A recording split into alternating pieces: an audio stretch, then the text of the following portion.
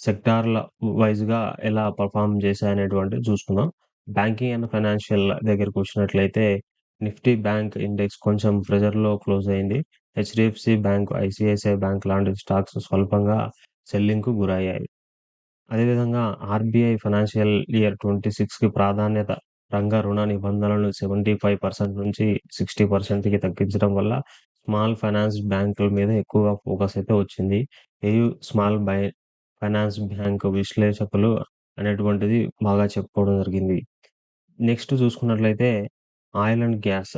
Crude oil ధరలు పెరగడం వల్ల మనకి బీపీసీఎల్ గాని, హెచ్‌పీసీఎల్ గాని, ఓఎన్‌జీసీ లాంటి ఆయిల్ మార్కెటింగ్ కంపెనీలు భారీ నష్టాలను చవిచూసే అవకాశాలైతే ఉంది.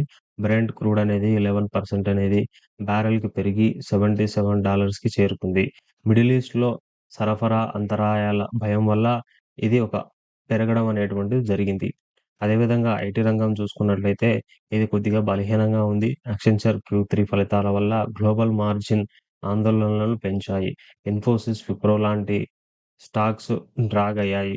ఇండియన్ ఐటీ షార్ట్ టర్మ్‌లో అప్‌సైడ్ లిమిట్ అంటూ మనమైతే అనలిస్టులు చెప్పడం జరిగింది. ఇక ఆటో విషయానికొస్తే మిశ్రమ పనితీరు కనపరిచింది. టాటా మోటార్స్ అనేటువంటిది 3% పడిపోవడం జరిగింది. కానీ బజాజ్ ఆటో లాంటి టూ వీలర్ స్టాక్స్ స్థిరంగా ఉన్నాయి. చమురు ధరలు పెరగడం వల్ల ఆటో స్టాక్స్‌కి ఇన్‌పుట్ ఖర్చులనేటువంటివి ఎక్కువగా ఉన్నాయి. ఇక మనం నెక్స్ట్ డిఫెన్స్ అండ్ ఏరోస్పేస్ రంగానికి చూసుకున్నట్లయితే సానుకూలమైన రంగంగా చెప్పుకోవచ్చు.